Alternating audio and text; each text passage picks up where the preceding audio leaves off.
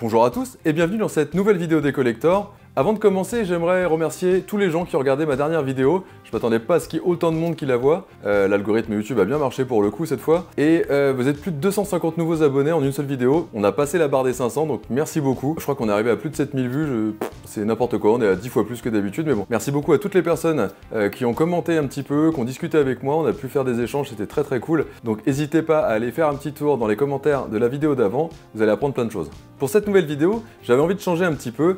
J'ai rattrapé pas mal de films que j'avais pas vus, des classiques, des moins classiques. J'ai envie de vous en parler un petit peu ici. Donc ça va vraiment des classiques que j'avais envie de voir, que j'avais jamais vus et que j'avais en laserdisc, à même des films pris au hasard. Je fais comme ça dans ma collection, je le sors, si je le connais pas, je le regarde. Donc on commence avec les 6 premiers films de ces rattrapages. C'est parti. Et donc on commence tout de suite avec un film que vous avez sûrement dû reconnaître, qui s'appelle Abyss. Abyss, un coffret que j'ai en version longue, comme beaucoup de monde je crois. Donc c'est un coffret qui est très sympa, en plus il est en VO sous-titré, donc voilà je vous le montre l'arrière.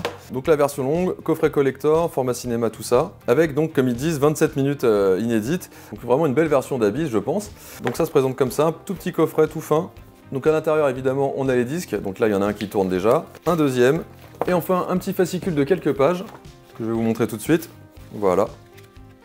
Donc plutôt joli avec tout le casting, les chapitrages avec à chaque fois un petit résumé du chapitre. Et aussi des petites notes sur pourquoi James Cameron a fait cette version, pourquoi il l'a restaurée, etc. Et évidemment donc tous les chapitres ici. Il y a un laserdisc de bonus que j'ai regardé qui est vraiment super sympa, où on voit vraiment comment ils ont fait pour tourner sous l'eau. Ça devait être un tournage ultra compliqué, il y a des petites anecdotes que tout le monde connaît, Ed Harris qui a failli se noyer. Vraiment un super documentaire que j'ai adoré regarder. Et donc Abyss, c'est un film que j'avais jamais vu. Évidemment, James Cameron, j'aime bien ce qu'il fait en général. Je savais pas du tout à quoi m'attendre, j'avais aucune idée de l'histoire, je savais juste que ça se passait sous l'eau. J'aime beaucoup comment le récit est très claustrophobique, comment toute la tension se met en place. J'ai un peu plus de mal avec la fin, parce que j'avais pas vu venir tout de suite les extraterrestres. Je suis moyen fan du dénouement.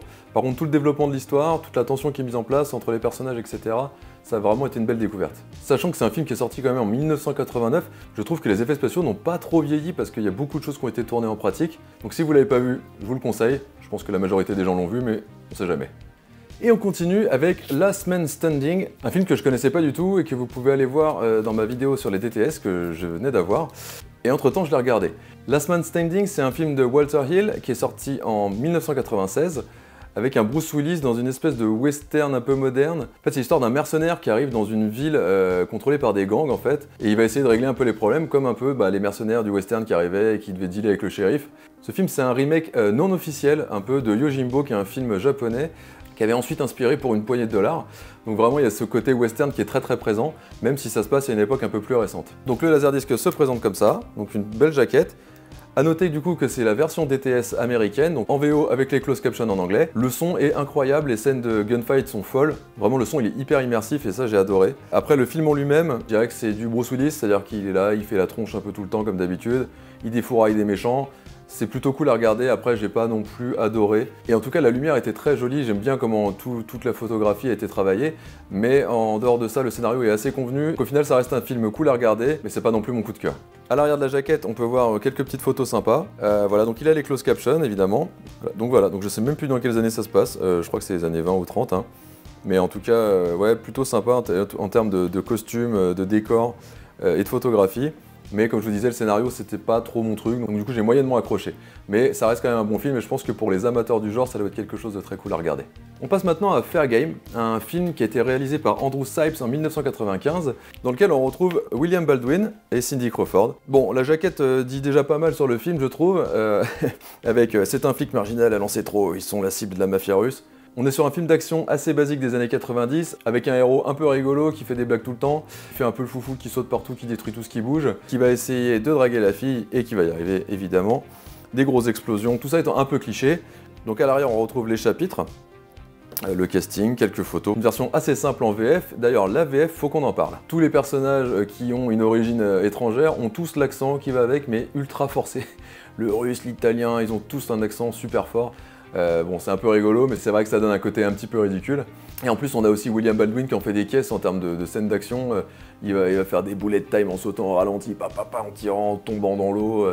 Ça va être ça tout le long du film. J'avoue que je me rappelle même plus de l'histoire. Je sais que la fille a sa vie qui est en jeu, mais je me souviens même plus alors que je l'ai vu il y a même pas 3-4 mois. Apparemment, même si c'est une adaptation d'un roman à succès qui s'appelle La Cible, qui datait de 1986, apparemment c'était un gros échec commercial et critique aussi de toute façon parce que le film n'est pas inoubliable.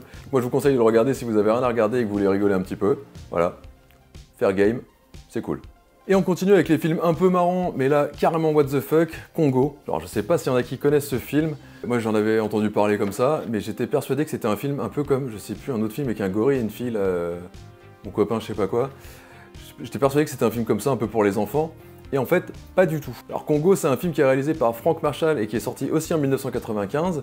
Le film parle d'une expédition qui va dans la jungle au Congo et qui tombe sur une horde de gorilles ultra violents et sanguinaires quand ils essayent de trouver un espèce de diamant super puissant qui tout part en vrille et ils se retrouvent à se faire complètement tuer toute l'expédition par des singes en folie. Alors le film est basé sur un roman de Michael Crichton qui a fait notamment Jurassic Park et d'ailleurs ça les amuse parce qu'ils le mettent bien en avant ici quand même pour faire un peu d'autopromo. Apparemment le film a été revu au fur et à mesure parce qu'à la base ça devait être une espèce de satire du film d'action et c'est plutôt devenu un nanar. Voilà, la jaquette se présente comme ça, donc avec plutôt un visuel sympatoche avec la tête du gorille Congo. On a un casting plutôt sympa sans plus, mais vraiment là c'est les meilleures images parce que vraiment le film, moi je l'ai trouvé un peu abusé, tellement c'est du cliché sur cliché, tellement c'est gros, tout vient avec des gros sabots, c'est incroyable.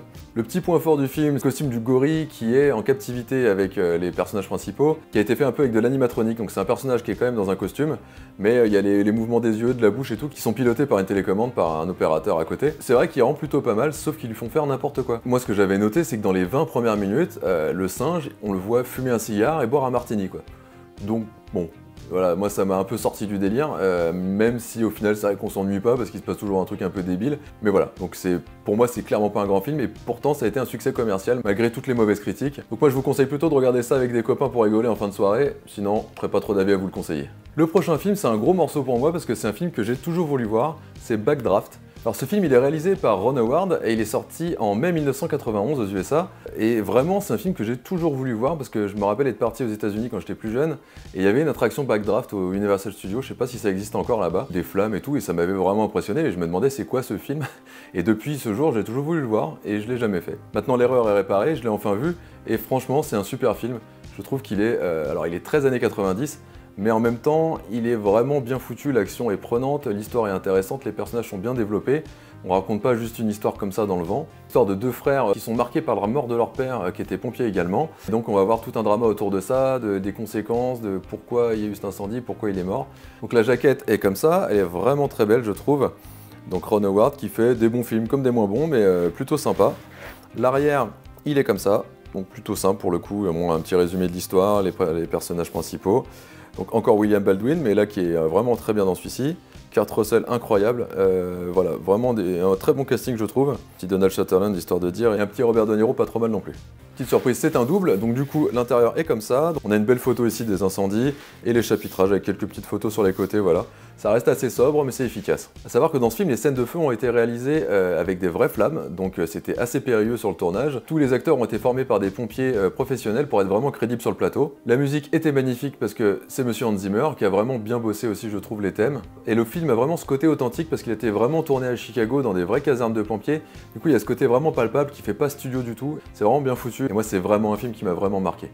Et enfin on finit avec The Crow, un film que j'avais vraiment envie de voir depuis très longtemps, que j'avais jamais vraiment regardé en entier, j'avais vu pas mal d'extraits mais je l'avais jamais vu en entier, donc maintenant c'est fait. Donc c'est un film qui a été réalisé par Alex Proyas qui est sorti en mai 1994, qui a toute une histoire de développement assez compliquée parce que c'est une adaptation d'un comics. En fait, c'est l'histoire de Eric Draven qui se fait assassiner avec sa femme par des gangsters dans son appartement. Et lui, en fait, ressuscite, mais sous une forme un peu spéciale avec des super pouvoirs un petit peu, pour aller venger sa femme et donc tuer tous ceux qui ont été auteurs du meurtre. Donc c'est juste une histoire de vengeance. En termes de scénario, il n'y a pas grand-chose, mais en termes d'histoire, ça avance bien quand même.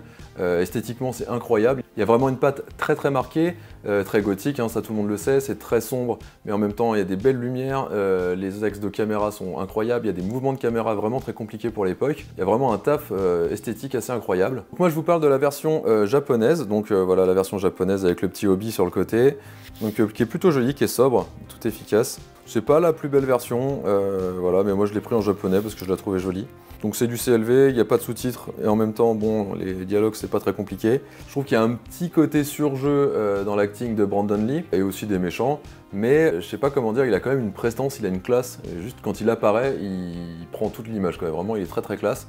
Et donc c'est dommage parce que vous savez sûrement tous comment s'est passé un peu le tournage. Brandon Lee a été tué par balle pendant le tournage, sûrement dû à une erreur, on ne sait pas après sur la famille Lee, tout ce qui s'est passé, voilà. Mais en tout cas, il est décédé pendant le tournage alors que le film n'était pas encore fini et qu'il restait quelques scènes à tourner avec lui. Donc le film a continué de tourner et ils ont fini par utiliser des doublures pour toutes les scènes où Brandon Lee n'a pas pu être là, et aussi des effets spéciaux assez révolutionnaires pour l'époque qui ont permis de masquer le fait que c'était pas vraiment lui qui apparaissait à l'écran. C'est vrai que la mort de Brandon Lee, c'est un peu ça qui a rendu le film culte, dès sa sortie finalement, mais surtout après. C'est-à-dire que c'est au fur et à mesure du temps que le film a pris en galon, entre guillemets, et est devenu incontournable dans la pop culture. Pour moi, ce film, c'est vraiment une œuvre esthétique, c'est-à-dire qu'il se regarde de bout en bout, il est vraiment super intéressant, il est super cool à regarder. Vraiment, c'est un super film, moi je trouve que c'est vraiment à voir si vous l'avez pas vu, je vous le recommande vraiment. Voilà, ça sera tout pour cette première vidéo des rattrapages. J'espère que ça vous aura plu. Dites-moi si ça vous intéresse que j'en fasse d'autres ou pas dans les commentaires. N'hésitez pas à me donner vos avis sur les films aussi. Je vais vraiment essayer maintenant de varier un petit peu plus les contenus. C'est pour ça que j'ai fait cette vidéo rattrapage. Je trouve ça un peu plus intéressant que juste vous montrer ma collection un à un. Donc n'hésitez pas à me dire si ce format vous plaît ou pas. Moi je vais faire d'autres formats. Je vais reparler de coffrets dans pas longtemps. Ce sera un coffret japonais Blanche-Neige qui est vraiment super cool et très complet. Et en tout cas, moi je vous dis à la prochaine vidéo. Ciao.